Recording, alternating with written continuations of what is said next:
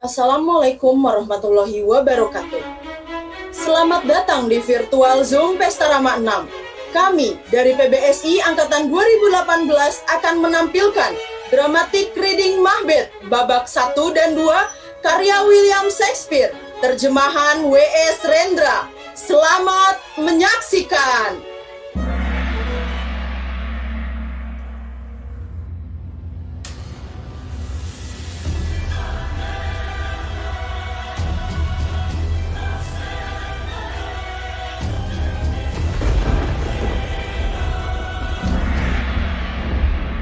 Babak pertama. Di sebuah hutan keramat, dengarlah peri membacakan mantranya. Ulur benang ke langit tinggi. Layanglah kepala orang. Ucap mantra jampian sakti. Alang-alang bergoyang-goyang.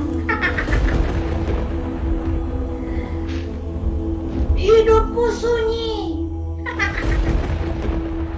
Pandangku sakti. Alam menghindar. Burung pun lari.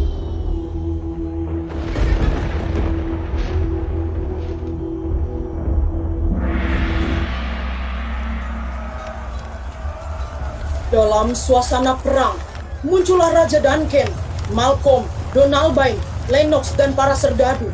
Kemudian, muncullah kapten yang sedang terluka. Yang mulia Raja Duncan, tolong, tolong. Siapakah itu? Nampaknya ia akan menyampaikan laporan terakhir mengenai jalannya penumpasan pemberontakan di garis depan. Dialah kapten yang telah menyelamatkan diriku dari kepungan lawan. Sungguh gagah dan berani. Ayolah sobat yang perwira, laporkan kepada Raja segala pergolakan yang kamu saksikan. Lapor yang mulia. Kedua belah pihak bergelut sama tangguhnya. Bagai dua perenang yang saling bergayut dan hilang benangnya. McDonald idam itu memang seorang pemberontak yang tak bisa diremehkan. Berbagai kekuatan alam jahat saling nunjang kesaktiannya. Sementara itu, dari Kuan Barat datang bantuan perbekalan yang melimpah padanya. Dewi Pertungan menggandeng tangannya dan tersenyum simpul bagaikan mata jalam. Namun, semua itu tidak berarti apa-apa. Bak Macbeth yang perkasa. Ya, tak kurang tak lebih ia memang perkasa. Tanpa perhitungan untuk ngalang, ia merambah jalan, menerjang barisan lawan dengan pedang telanjang ganas berispa darah. Akhirnya, ia bertemu muka dengan pemberontak itu. Tanpa ngomong babi bu, ia bacok siram itu, terbelah badannya dan kepalanya dipenggal dan pancangkan di bok tenteng. Hurra! Itulah kemenakan yang perwira, lelaki yang gagah perkasa. Oh, Raja, dengarkan laporanku.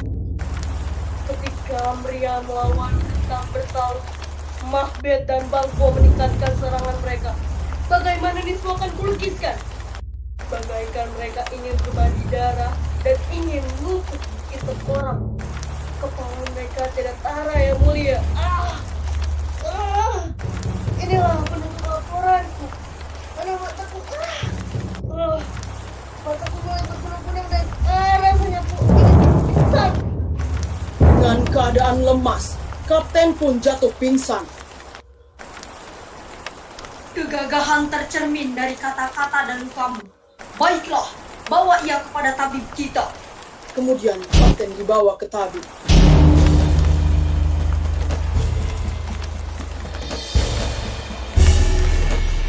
Muncullah Ross dan Angus. Yang mulia Raja Duncan.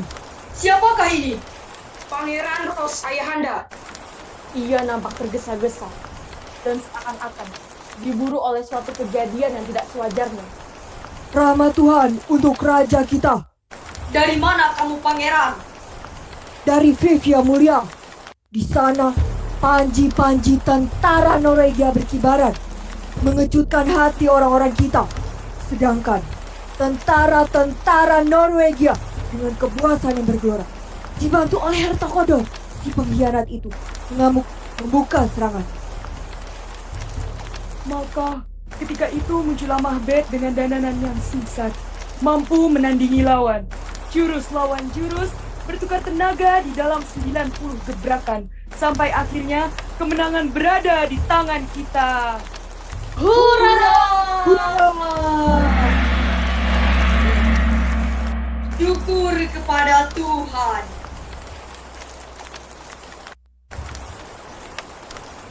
Ya, benar. Sekarang Sweno, si Raja Norwegia itu meminta perdamaian. Tetapi kami tidak mengizinkan ia menguburkan jenazah-jenazah prajuritnya yang gugur sebelum ia membayar uang tebusan sejumlah 10.000 dukat. Benar. Pengkhianatan Hertokodor aku akhiri sekarang juga. Ia harus dihukum mati hari ini. Pangkat dan gelarnya aku cabut.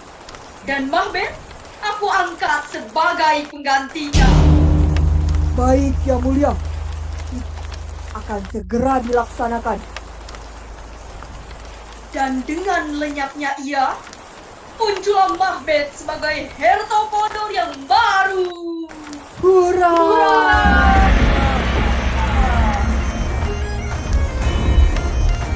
Semua keluar.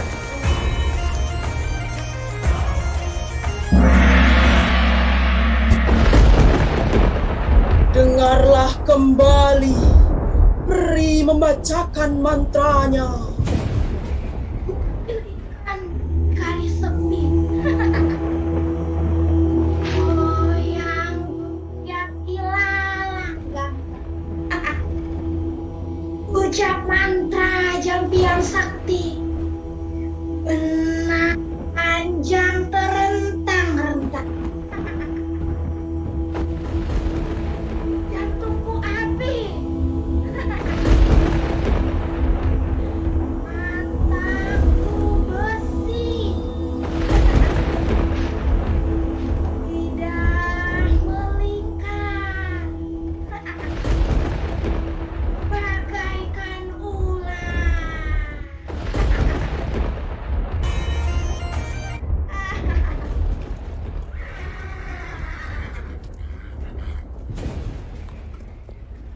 Api dan angin. Syah. Api dan tenaga. Syah. Ligaiku yang dingin. Jerat belut di telaga.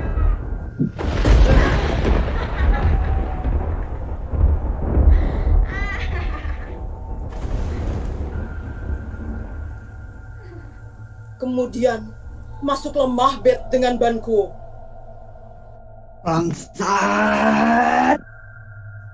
Kurang ajar! Kita terputar-putar di dalam hutan. Udara macam apa ini? Terang dan kabut berbaura. Loh, kenapa kita berhenti di sini? Lihat! Makhluk macam apa itu? Apakah datang dari lain dunia? Siapa kamu? Apakah kamu nyata atau hanya bayangan? Ayo bicara. Siapa kamu? Mahbet. Mahbet salam. Mahbet Pangli Glamis. Panglima Glamis. Salam. Salam. Salam ya junjungan. Mahbet Hertokodor. Hei, aku Panglima Glamis. Aku bukan Hertokodor. Mahbet Panglima Glamis. Mahbet Hertokodor. Dan nanti Mahbet akan menjadi raja. apaan ini? Kenapa kaget, Mabet? Kenapa gemetar karena nujuman yang bagus itu? Heh, kamu, entah lelembut entah hantu, telah aku dengar apa yang kamu nujumkan terhadap sahabatku. Lalu, apa nujuman terhadap diriku? Bila kamu bisa melihat catatan di alam gaib, menembus waktu dan bersatu dengan angkasa. Katakan, apa yang terjadi terhadap diriku? Baik atau buruk? Jangan mikir ragu-ragu. Bicaralah. Dengarkan. Ya, aku dengarkan. Lebih kecil dari Mahbet, tapi lebih besar juga. Terus bicara. Terus bicara. Sial, namun mendapat karunia. Sial. Macam-macam saja. Iya. Dan kamu turunlah raja-raja. Raja. Meskipun kamu sendiri bukan raja. Selamat tinggal. Selamat tinggal Mahbet Bangku. Hei, nanti dulu. Jelaskan dulu omonganmu. Aku memang Panglima Glamis, tetapi jelas bukan Hertokodor. Hertokodor masih hidup orangnya. Dan untuk jadi raja, mana ada bayang-bayang kenyataannya? Terangkan, ayo jelaskan. Bicara, aku gasak kamu.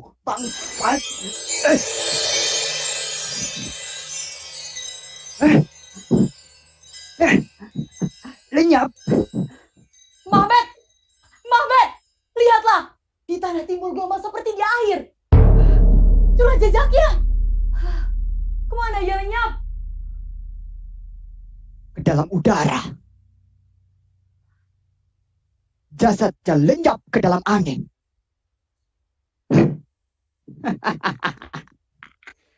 Seandainya saja ia bisa didesak untuk lebih banyak bicara. Apakah ini tempat yang angker? Atau kita tadi tanpa sengaja telah menghirup ganja?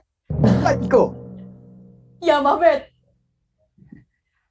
anak-anakmu akan menjadi raja. Kamu sendiri akan menjadi raja. Dan Hertokodor. Begitu katanya tadi, bukan? Kata per kata tepat begitu bunyinya, Mahbet. Itu dia. Siapa itu? Kami, teman. Salam Mahbet. Mahbet, Raja telah menerima berita-berita mengenai kehebatan Anda dengan gembira. Keperwiraan Anda di dalam menumpas pemberontakan menimbulkan rasa bangga. Setiap mulut secara silih berganti. Tidak ada habis-habisnya menceritakan keberanian Anda di dalam membela negara di hadapan Raja kita. Kini, kami dikirim kemari untuk menyampaikan ucapan penghargaan beliau kepada Anda. Sekedar untuk tanda kemuliaan yang tidak sebanding dengan jasa Anda. Benar sekali. Dengan setulusnya, beliau titahkan untuk menaikkan derajat Anda menjadi Hertokodor. Ya, inilah nama gelar Anda yang baru. Astaga, jadi benar apa yang dinujumkan peri itu? Tunggu. Hertokodor kan masih hidup. Kenapa kamu beri aku gelar pinjaman? Kodor yang lama sudah mati. Ia dihukum pancung oleh raja sebab terbukti ikut berkhianat menjual negara kepada orang Norwegia. Sudah mati. Hertokodor. Sesudah itu masih ada lagi susulannya yang besar. Banko. Dan kawan-kawan. Terima kasih untuk jerih payahmu. Banko, bukankah sekarang kamu mulai mengharapkan bahwa putramu akan menjadi raja? Sebab ternyata nujuman peri itu telah ada yang menjadi kenyataan. Sebaliknya, Mahbet. Kamu segera akan mengharapkan menjadi raja. Karena telah terbukti menjadi Hertokodor. Semuanya ini memang aneh. Kekuatan alam gaib yang jahat sering menjebak kita dengan keajaiban-keajaiban kecil, agar kita terbujuk untuk menempuh pamrih yang tidak bisa dipertanggungjawabkan. Ros, Enges, aku ingin bicara. Baik.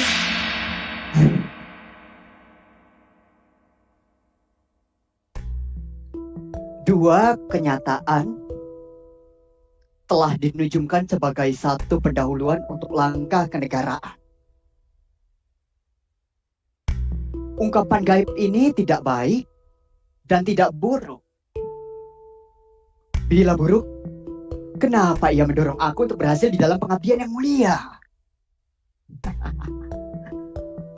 Kini, aku adalah Herto Kodor.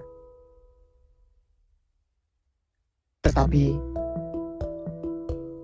bila ini bersifat baik, kenapa kini aku melihat bayangan yang menyebabkan bulu kuduku berdiri dan jantungku memukul-mukul tulang rusukku?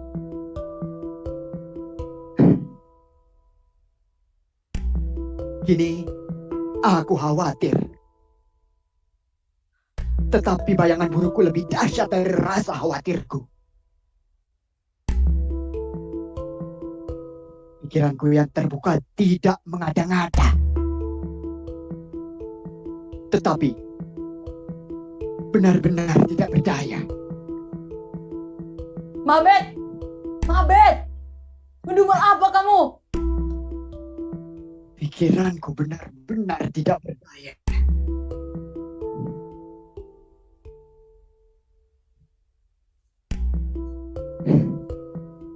Bila takdir memang menggariskan aku menjadi raja, toh tidak mungkin tanpa kutunjang dengan daya upayaku. Maaf Ros Enges, maaf. Anugerah kehormatan telah melimpah kepada Mabet. Ia belum terbiasa dan ia tengah menyesuaikan perasaannya. Benar. Biarlah yang terjadi. Waktu melanda hidupku dengan dahsyat hari ini. Mabet! Hei Mabet!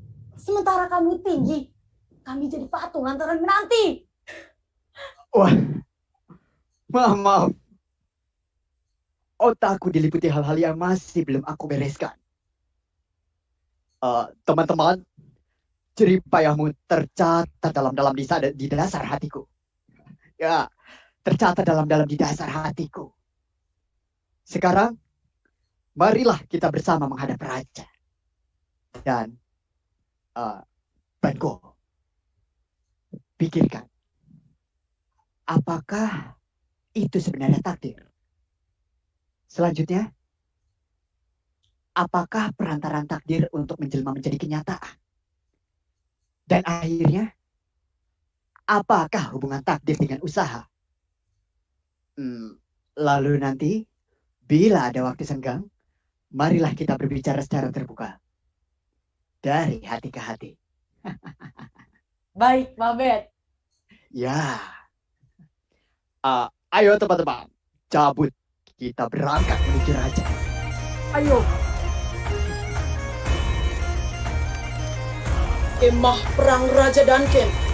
Raja Duncan muncul beserta pengikutnya.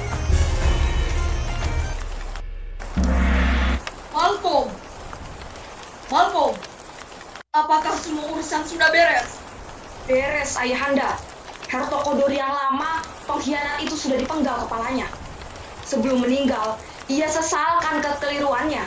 Timbul lagi rasa kebangsaannya dan merasa berdosa karena telah berusaha menjual negara untuk kepentingan asing. Aneh sekali. Ketika hidupnya jaya, ia justru meremehkan pikiran yang mulia dan mengutamakan kenikmatan yang praktis.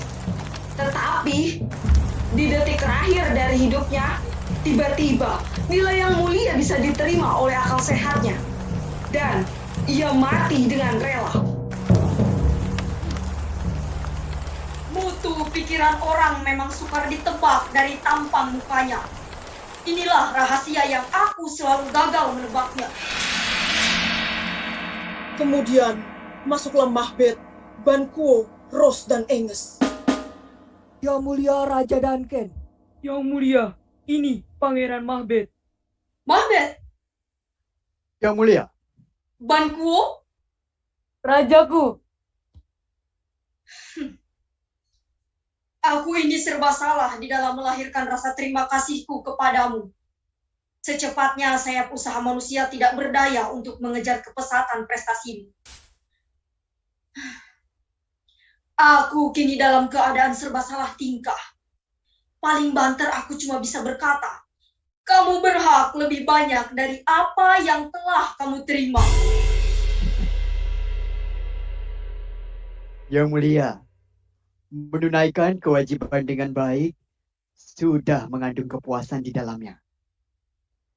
Inilah anugerah saya, Paduka bertahta agar berkenan menerima bakti dan dharma kami. Wah, aku terima dengan rasa bangga dan gembira. Kini bagai pohon, aku tanam kamu. Akan aku rabu dan aku usahakan supaya lebat buahmu.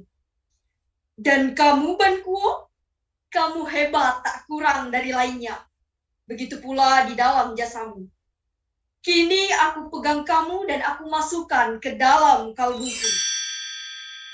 Yang mulia, bila bagaikan pohon aku tumbuh di sana.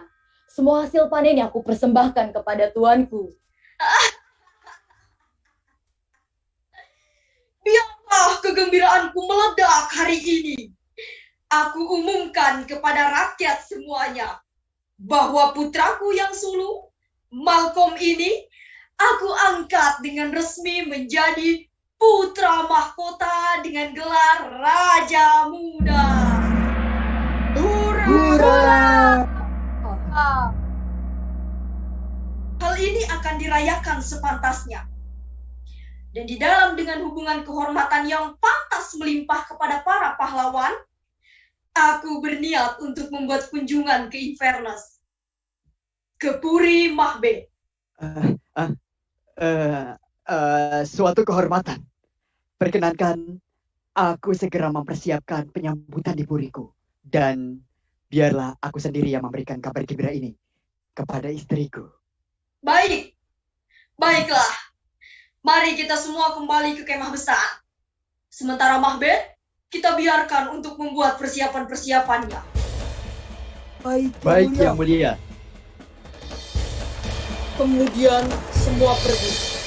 Tinggallah Mahbet sendiri. Raja Muda, putra mahkota.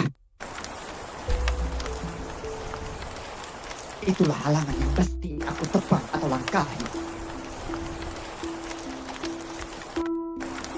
Alam, pejamkan matamu agar tidak kamu lihat unsur pamrih yang mulai tumbuh di dalam rancangan pikiranku. Pamrih yang merusak kemurnian. Tingkah laku usahaku.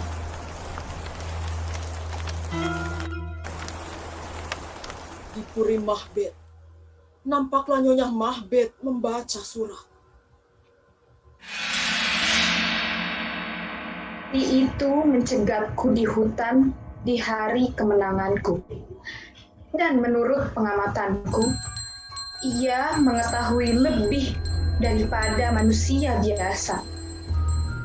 Ketika mulai tergugah seratku untuk mengorek minumannya, ia lenyap ke dalam udara.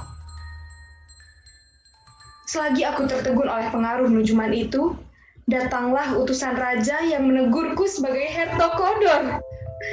Ternyata itulah gelarku yang baru sebagai hadiah dari raja. Itulah sebagaimana dinujumkan oleh peri itu.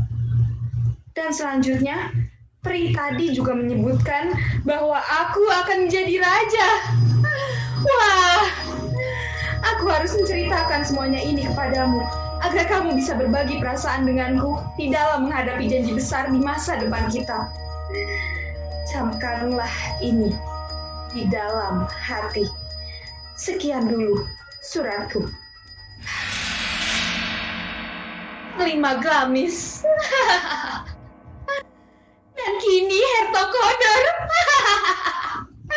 Dan nanti kamu akan menjadi raja. Tetapi menggunakan otakmu. Terlalu penuh dengan pertimbangan cengeng untuk bertindak lebih ringkas. Bila ingin menjadi orang besar, tekadmu harus juga besar. Sambil dengan cerdik mempertimbangkan akibat-akibat buruknya. Bila ingin tetap soleh dan mulus, tak mungkin menjadi jaya.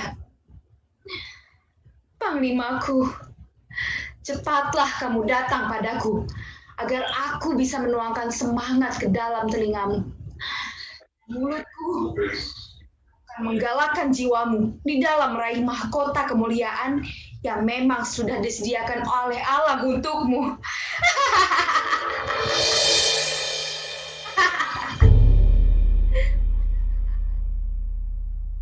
Kemudian, Seiton masuk untuk menyampaikan pesan. Tolong, Nyonya Mahbet. Berita apa? Nyonya, Raja akan berkunjung kemari malam ini. Bagaimana? Bagaimana persiapan kita? Suami Anda yang kini bergelar Tokodor memang mendahului Baginda Raja. Tetapi kami memacu kuda kami lebih cepat lagi sehingga lebih dulu mempersiapkan diri Anda. Bagus sekali pikiranmu. Sekarang, bantulah segala macam persiapan. Baik, Nyonya Mahbet.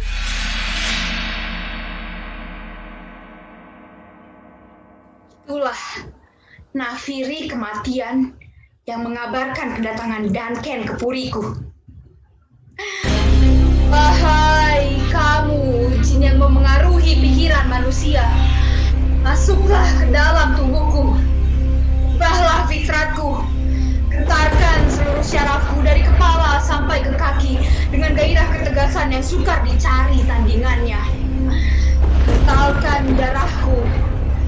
Tutup telingaku dari segala nasihat yang cengeng. Rabuklah semangatku agar kuat akarnya dan tidak lagi terguncang oleh angin pertimbangan. Wahai kamu roh-roh yang gelap, janganlah lagi kamu mengendap-endap, tapi datanglah dan marilah kita bekerja bahu-membahu. Wahai malam pekat, indahlah malam ini, seluruh bumi seketatnya, sehingga pisauku terselubung. Jangan sampai ada malaikat di sorga yang bisa melihat tindakanku dan lalu berseru, "Jangan, jangan!" Masuklah Mahbet. Panglima Gamis, Hertokodor, calon raja maharaja diraja, suratmu membuatku tinggi. Dan aku merasakan masa depan sudah berada di masa kini. Istriku, Duncan akan datang kemari malam ini. Dan menurut rencananya, kapan dia akan pergi dari sini? Besok pagi. Matahari besok pagi tak akan melihat hal itu terjadi. Suamiku, mukamu seperti buku yang terbuka yang setiap orang bisa membacanya. Kamu harus belajar membuat samudana. Mata, tangan, dan lidahmu harus ramah kesannya. Nampaklah kamu seperti bunga, tetapi biarlah ular melingkar di bawah batangnya. Ia yang datang harus disambut dengan meriah. Sementara kamu diam-diam menjalankan rencana yang telah kususun rapi untuk memenangkan kejayaan di tangan kita selama-lamanya.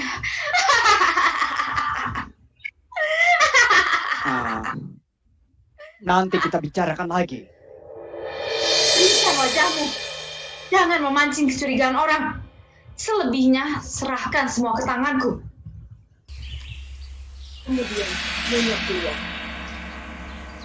Lalu masuklah Duncan, Malcolm, dan para pengikutnya.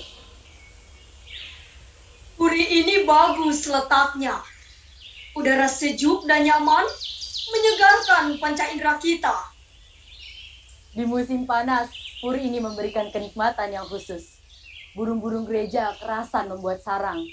Kicaunya membuat udara yang segar menjadi bius yang mempesona.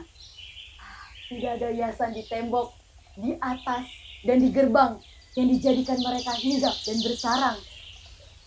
Sudah lama aku amati di mana banyak burung gereja Udaranya pasti nyaman di situ. Masuklah Nyonya Mahbet. Nah, lihatlah. Inilah nyonya rumah tangga kita yang budiman. Kasih sayang yang menyertai kita adalah beban kita. Namun toh, kita tetap bersyukur karenanya. Kini sudah kuduga, kamu akan menyambutku dengan ucapan berkah Tuhan untuk raja. Padahal aku telah membuatmu capek. Dan lalu, kamu akan berterima kasih kepadaku. Padahal aku telah merepotkanmu. Segala kerepotan kami ini, seandainya dilipatkan 2 kali, lalu dilipatkan 2 kali lagi, tidak akan bisa memadai untuk menandingi anugerah Tuanku yang telah Tuanku limpahkan ke rumah tangga kami.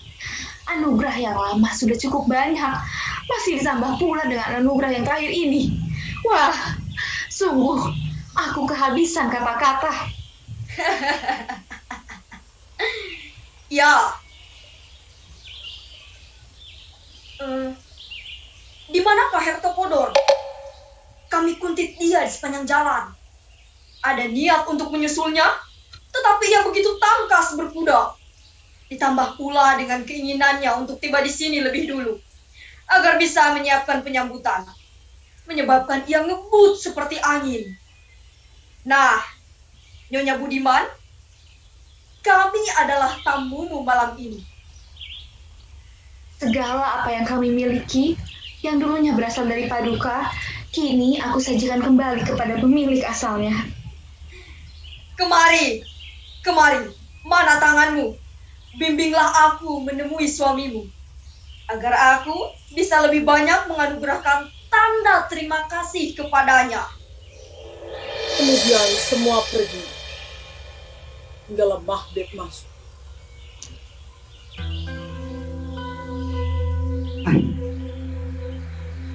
Bila memang harus dilakukan, hendaknya dilakukan secepatnya.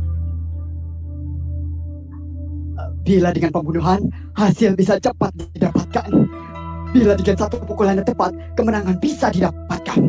Maka dari ambang waktu ini, aku akan melompat ke masa depan yang dijanjikan oleh Nujuman.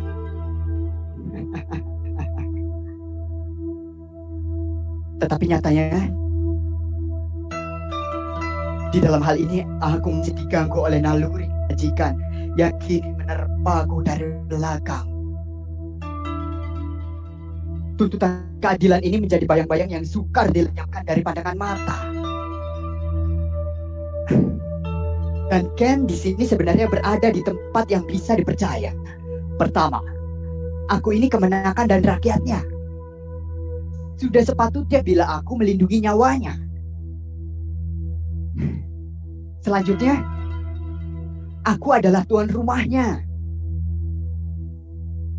Seorang tuan rumah harus melindungi tamunya dari pembunuhan, bukannya malah mengasah pisau untuk membunuhnya. Lain dari itu, Duncan penuh dengan kelembutan hati, jujur di dalam memegang kekuasaan, sehingga kebajikannya itu akan merupakan tuntutan bagi mereka yang melakukan kejahatan kepadanya. Kini, aku kehilangan daya untuk melaksanakan niatku. Apa yang kini aku alami hanyalah pergulatan antara ambisi dan kebajikan yang saling tindih-mendih menyesatkan kiraku. Kemudian masuklah Nyonya Mahbet. Bagaimana? Apa yang terjadi? Ya hampir rampung makan malam. Kenapa kamu meninggalkan bangsal? Apakah ia menanyakan hal itu? Kenapa tidak? Kita tak mau melanjutkan rencana kita. Ia telah melimpahkan banyak anugerah dan kehormatan padaku akhir-akhir ini. Dan orang-orang semuanya menaruh percaya kepadaku. Bila aku biarkan ada setitik noda, maka akan pudahlah kecemerlanganku. Oh, apakah tekadmu telah kendor oleh kilatan hasilan picisan? Apakah tekadmu telah terlena kini? Dulu tekadmu itu nampak galak, bebas dan perkasa.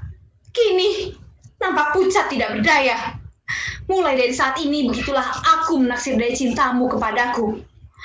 Kamu mulai takut untuk menyesuaikan daya dengan hasratmu. Kamu berhasrat untuk menjadi raja. Tetapi dayamu adalah daya lelaki yang lemah syahwatnya. Aku mohon, cukup sekian saja. Aku berani melakukan apa saja yang lelaki lain berani melakukan, asal tidak dengan pembunuhan. Manakah tekadmu yang telah kabur itu? Yang telah menjadi gelora api semangat rencanamu? Bila kamu bisa teguh pada tekadmu itu, ku akui, kamu memang laki-laki. Untuk bisa mencapai lebih dari apa yang kamu capai kini, kamu harus berlipat ganda bersifat lelaki. Tidak ada kesempatan yang lebih bagus dari kesempatan yang kita miliki saat ini. Waktu dan tempat sudah tersedia dengan sendirinya. Seandainya aku telah terlanjur punya tekad seperti kamu, aku tidak akan segan mencabut mulut bayi yang sedang menyusu dari teteku dan menghantamkan kepalanya sampai buyar ke tembok batu. Kalau gagal bagaimana? Gagal! Mantapkan keberanianmu dan kita tak akan gagal. Apabila Duncan sudah tertidur pulas lantaran perjalanan yang berat dan panjang hari ini, aku akan membius kedua penjaganya dengan anggur. Nah, apabila kedua penjaga itu sudah tergeletak seperti batang pohon pisang, apalagi yang tidak bisa kita lakukan terhadap Duncan yang tidak terjaga. Darah Duncan bisa kita lumuri kepada kedua penjaga itu. Dan mereka lah yang akan menerima dosa dari perbuatan kita.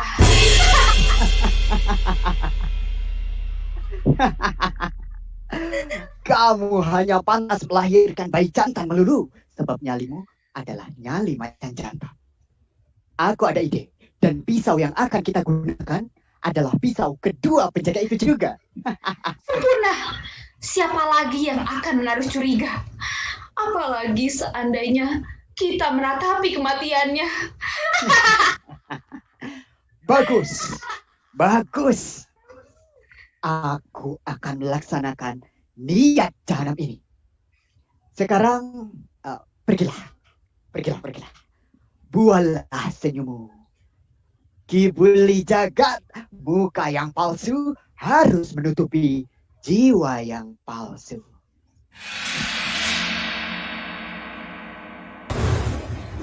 Babak kedua. Di Puri Mahbet muncullah Banquo dengan Flames. Bagaimana malam ini, nak? Rembulan sudah terbenam. Gentajam tidak aku dengar, Ayahanda. Di tanggal ini rembulan memang terbenam, nak. Tepat tengah malam. Baik, Ayahanda. Baru sekarang saya tahu. Pegang pedangku, nak. Langit sedang bersenyawa dengan bumi. Bintang-bintang pun tidak kelihatan. Catatlah pula ini, nak. Badanku capek. Kantukku menggoda. Namun tidur juga tidak bisa aku mencikan mata. Wahai Tuhan yang welas asih, cegahlah pikiranku yang penuh kecurigaan ini. Mana pedangku, nak? Siapa itu? Kau tanya siapa itu? Seorang teman, Banquo. Hah, Mahbet! Belum tidur juga kau. Baginda Raja sudah naik ke peraduan. Ia sangat bersuka cita dan banyak memberikan hadiah kepadamu. Sebentar.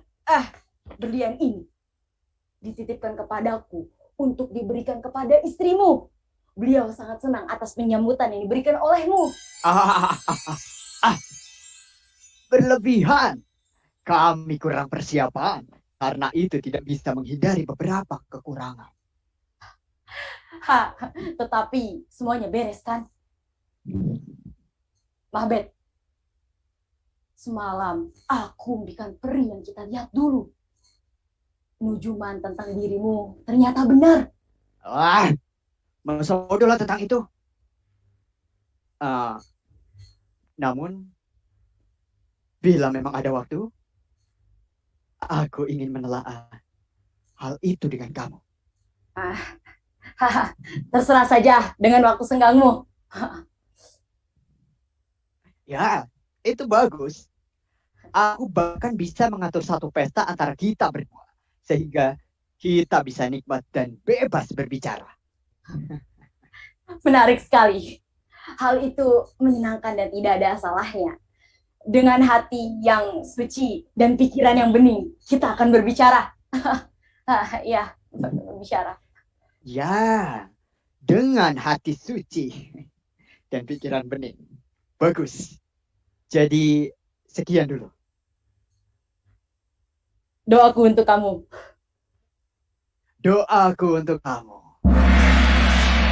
Setelah itu, Ban Kuo keluar dengan Flans.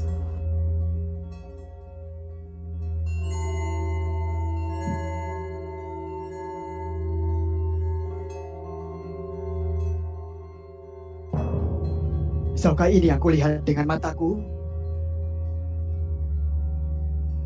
Gagang di depan mataku? Gagang yang menghadap kepadaku?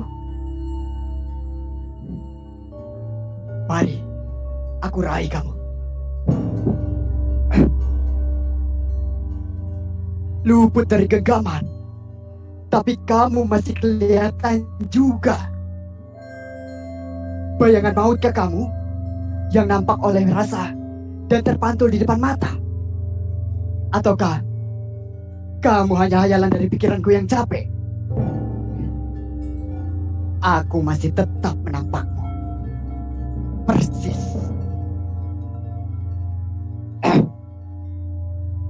Seperti pisau yang kucabut dan kugenggam ini.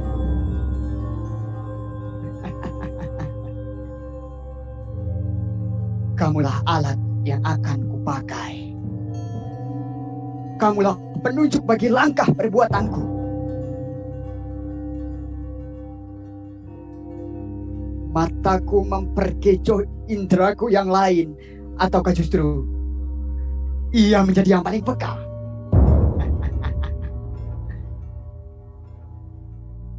Pisau. Pisau. Kamu mesti terbayang.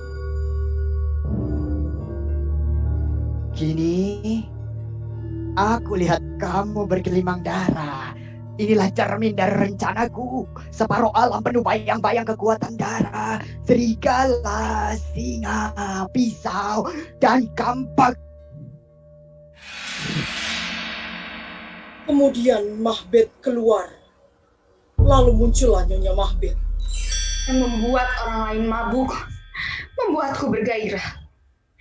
Yang membuat orang lain ngeri, membuatku bergelora. Dengar, suara apa itu? Indahnya, itulah suara burung hantu. Alamat bencana akan menimpa seorang tua. Dan Ken, waktumu sudah tiba. Kedua penjaganya sudah aku bius. Semua sudah berjalan menurut rencanaku.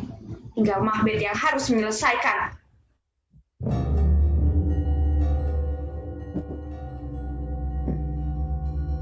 Pisau. Bumi yang tidur. Janganlah kamu terjaga oleh langkah-langkahku. Tanganku mulai bergerak mencapai tujuannya. Dan lelaplah kamu tidur. Maut akan membawamu ke surga atau neraka. Iya. Iya. Iya. Iya.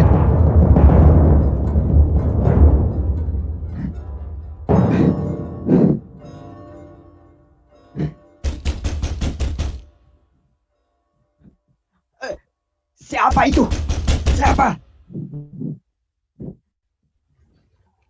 Saga, kenapa ia membentak seperti itu? Bila orang-orang terjaga, gagallah semuanya. Ia akan tertangkap basah sebelum ia terlaksana. Kedua belati penjaga itu sudah kusiapkan di tempat yang gampang kelihatan. Mahbet pasti menemunya. Seandainya Duncan di dalam tidur tidak mirip dengan ayahku, pasti aku sendiri telah menikamnya.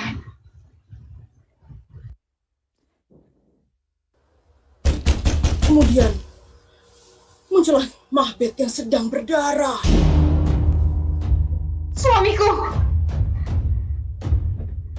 Sudah aku laksanakan. Apakah kamu tidak mendengar suara? Dengar teriakan burung hantu dan suara anjing tanah. Kamu tadi membentak.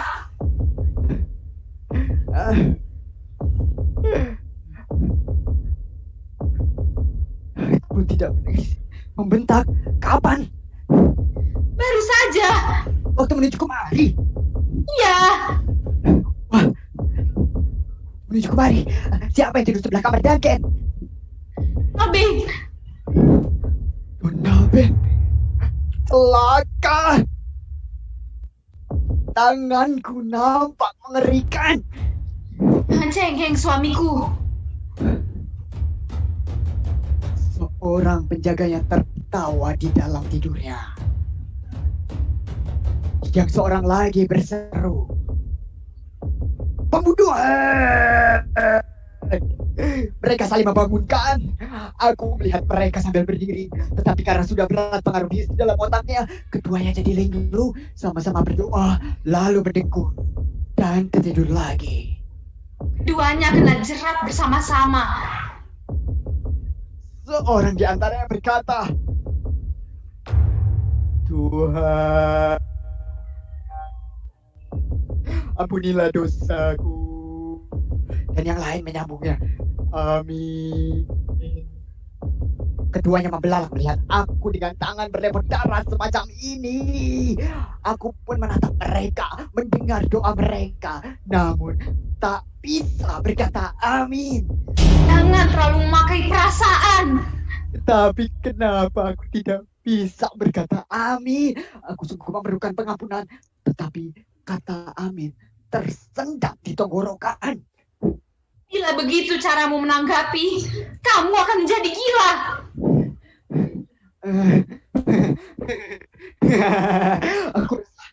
Aku mendengar suara yang berkata, "Kamu tak akan tidurlah. Mahbet telah membunuh orang tidur, maka kini Mahbet tak akan tidur lagi." Jangan ngacau kamu.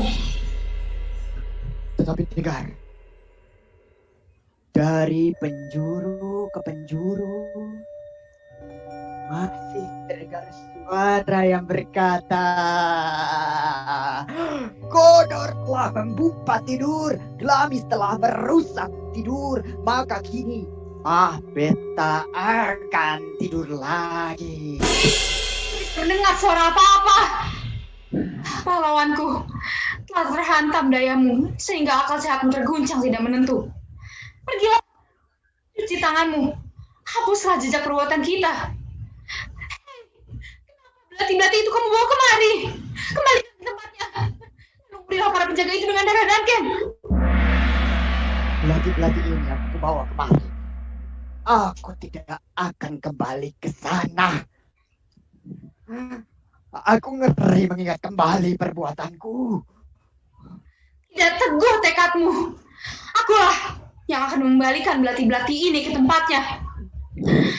Wajah orang mati dan orang tidur sama saja. Kamu seperti anak kecil yang takut kegelapan. Hanya Mahbet keluar. Siapa yang mengetuk gerbang itu? Astaga. Setiap ada suara semangatku terguncang.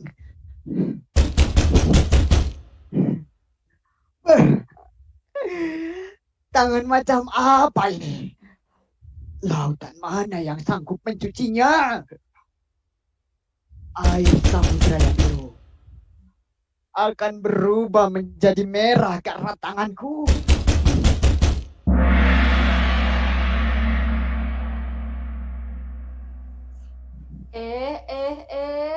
Lagi seru-seru penonton, coba dengar. Aku punya informasi menarik. Ternyata karya-karya Shakespeare bisa dinikmati tidak hanya dalam bentuk drama loh.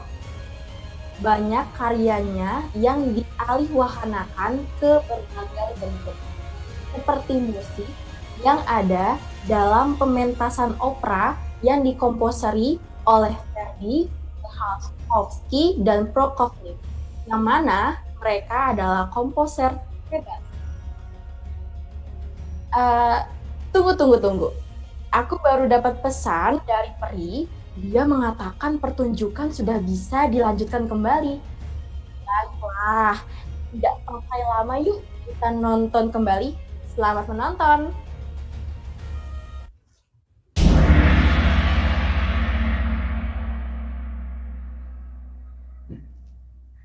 Tanganku dan tanganmu kini sama warnanya. Tetapi aku akan malu bila nyaliku menjadi sepucat nyalimu. Ada orang mengetuk gerbang. Marilah kita masuk ke dalam kamar. Air satu panci akan membereskan perbuatan kita. Jangan kamu kehilangan kewaspadaan. Jangan lagi ragu-ragu. Teguhkan semangatmu. Ayo. Benar. Teguhkan semangatmu. Orang yang curiga padaku berarti kena bencana. Ketuklah gerbang. Bangunkan Duncan kalau bisa.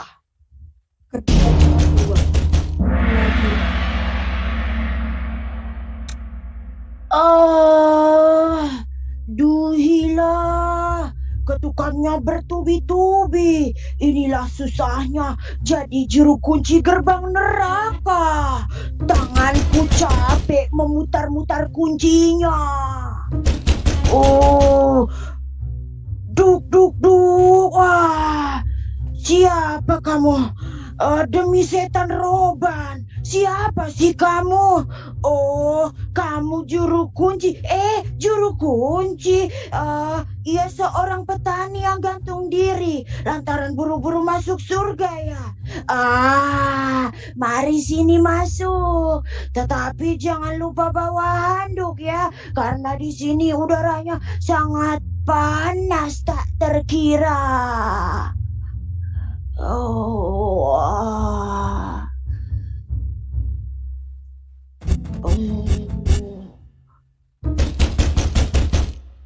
Duk. Demi setan roban. Siapa sih itu? Aku tidak melihatnya. Astaga, ia seorang pendusta. Kamu pemberitaan hoax, kamu yang nyebarin ya. Oh, tapi semua sumpah sama kosongnya. Oh, mari sini pendusta, bicara kepada saya.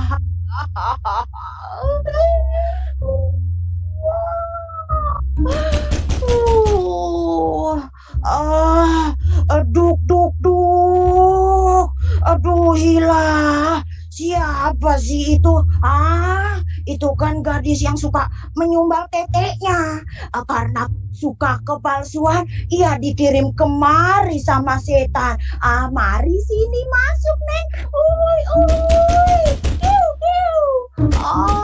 Tuh pusing kepalaku. Duk.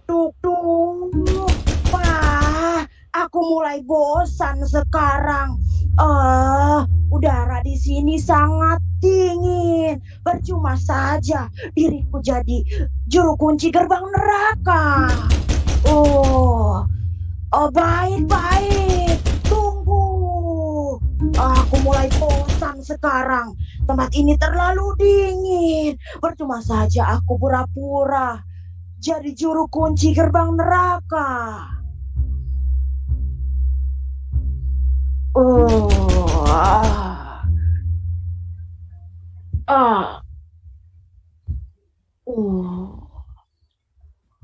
Juru kunci. Jadi begini rupanya kamu. Semalaman begadang sehingga tidur pula sisuku begini.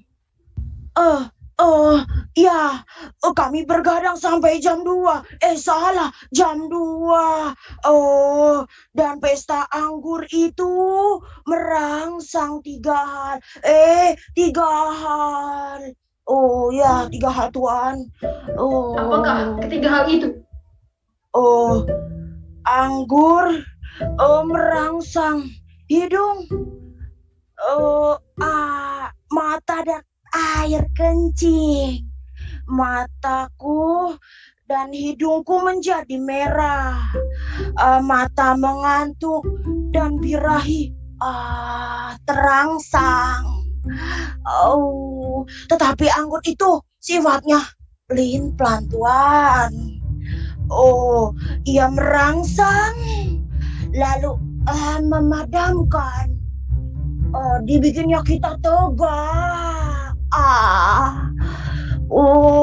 Tetapi lantaran mengantuk lalu terkulai lagi.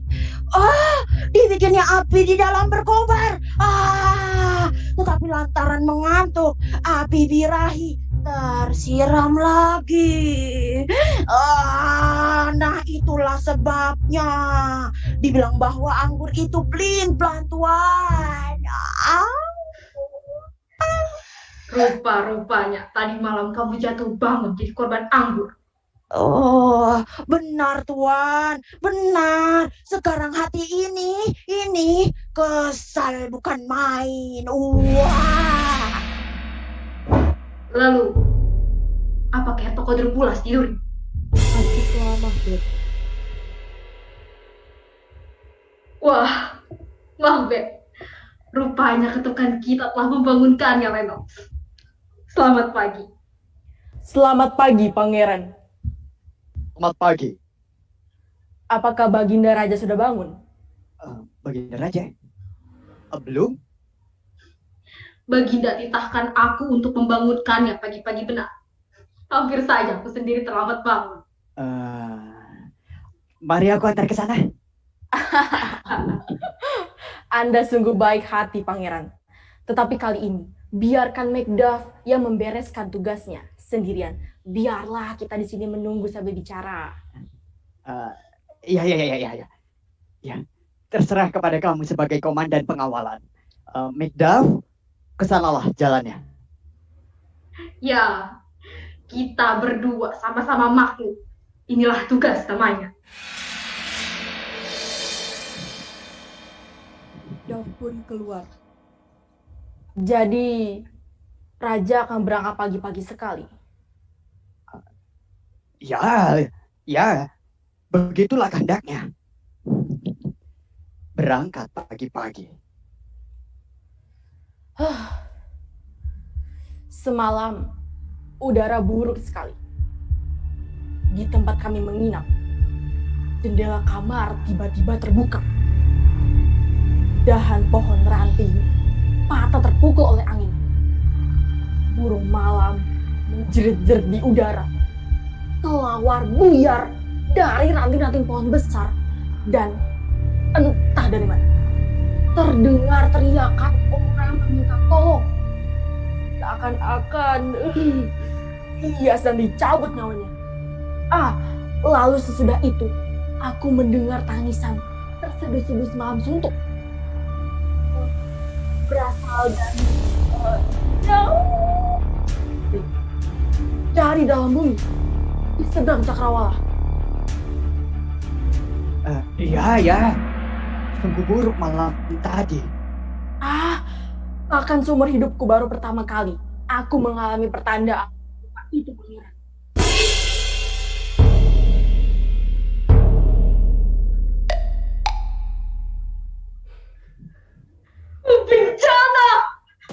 Bencana! Aku melihat sendiri. Sungguh bencana. Bangsat! Kenapa? Hei, Macduff! Ada apa? Kenapa? Aku tidak tahu harus berkata bagaimana. Pembunuhan ngeri telah terjadi. Pembunuhan di mana? Negara ini kosong. Bangsa kita tanpa kepala. Baginda. Ya, Lennox, pergilah kau. Pergi. Baik. Kemudian Lennox pergi. Macbeth pun memburu. Bantu!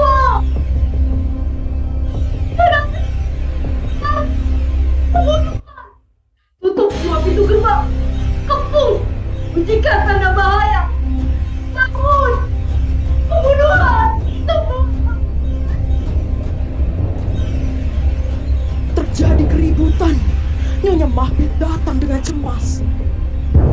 Kenapa ribut-ribut semacam ini? Oh, Nyonya, janganlah wanita ikut mendengar bencana ini. Jangan, terlalu ngeri. Oh, Banku, sahabatku, Sri Baginda Raja dibunuh orang. Ya, agak. Raja terbunuh. Benarkah ini terjadi? Kemudian masuklah Mahbet, Lennox dan Rose. Terkutuklah bahwa ini terjadi di depan hidupku. Apa artinya mau sesudah ini? Apa artinya hidup sesudah ini? Semuanya porak-poranda. Kemudian masuklah Malcolm dengan Donalbain. Tadi. Apa yang terjadi? Kamu tidak tahu.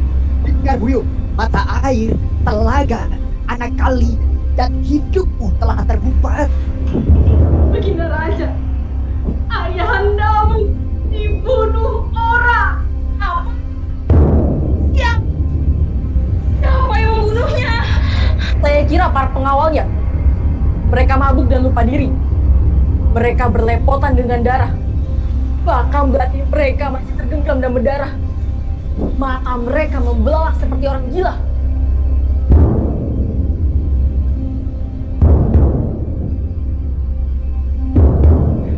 Mata mereka belalak seperti orang gila. Aku tidak bisa menahan diri lagi. Lalu kubunuh mereka berdua. Kenapa Anda bunuh mereka? Kamu kira apa? Siapa orang bisa kalem, marah, sabar, dan bijaksana sekaligus? Tidak ada. Aku yang bergelora kepada raja mengalahkan pikiran dikitku. Aku lihat Duncan berumur darah, mayatnya pucat, lukanya menganga, dan di dekatnya aku lihat pembunuhnya yang edan lantaran anggur dengan belati yang masih tergenggam di tangan mereka. Apa aku bantu? Di mana perasaanku? Aku cincang mereka saat itu juga. Iya. Ya Tuhan. Tiba-tiba Nyonya jatuh pingsan. Istriku, Seton, selamatkan istriku. Jangan kita diam saja. Di saat yang gawat, tindakan harus diambil dengan segera. Keadaan memang gawat. Tetapi juga belum jelas keadaannya. Anda masih terlalu muda. Cepat-cepat pergi dari sini dan sembunyikan diri Anda. Bila keadaan semua bisa diatur kembali. Ya, aku mengerti. Aku akan berwaspada. Aku akan lari ke Inggris, ke London. Kemudian Malcolm pergi. Lennox, Ralph, Mohamed, teman-teman, dengarkan. Kita semua adalah sasaran yang begitu pakai rupa. Tapi semua ini jangan-jangan ada rencana rahasia. Kita harus berjaga-jaga. Kita khawatir. Kita berduka. Dan kita marah. Tapi kita juga harus bertindak. Marilah kita bersama-sama menyelidiki. Bila ternyata ada pengkhianatan, karena kita harus melawannya bersama-sama. Aku setuju. Aku membela. Marilah kita bertindak. Setuju. Kamu semua, hebatlah kata-kata. Pasanglah mata. Tunjukkan perbuatan. Sebagai jantan dengan jantan, marilah kita duduk berapat di dalam bangsal. Dan ini soal harus kita bongkar hingga ke akarnya. Setuju. Semua keluar.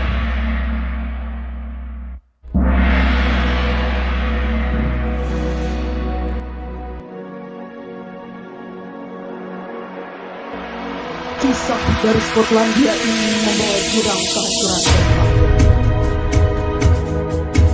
Kehancuran yang diterima akibat dari ambisi keserakahannya. Kini konspirasi Mahbet akhirnya terbongkar. Mulai dari hidupnya yang penuh kegelisahan, ketakutan, hingga penuh dengan bayang-bayang yang sukar ditebak, membawa Mahbet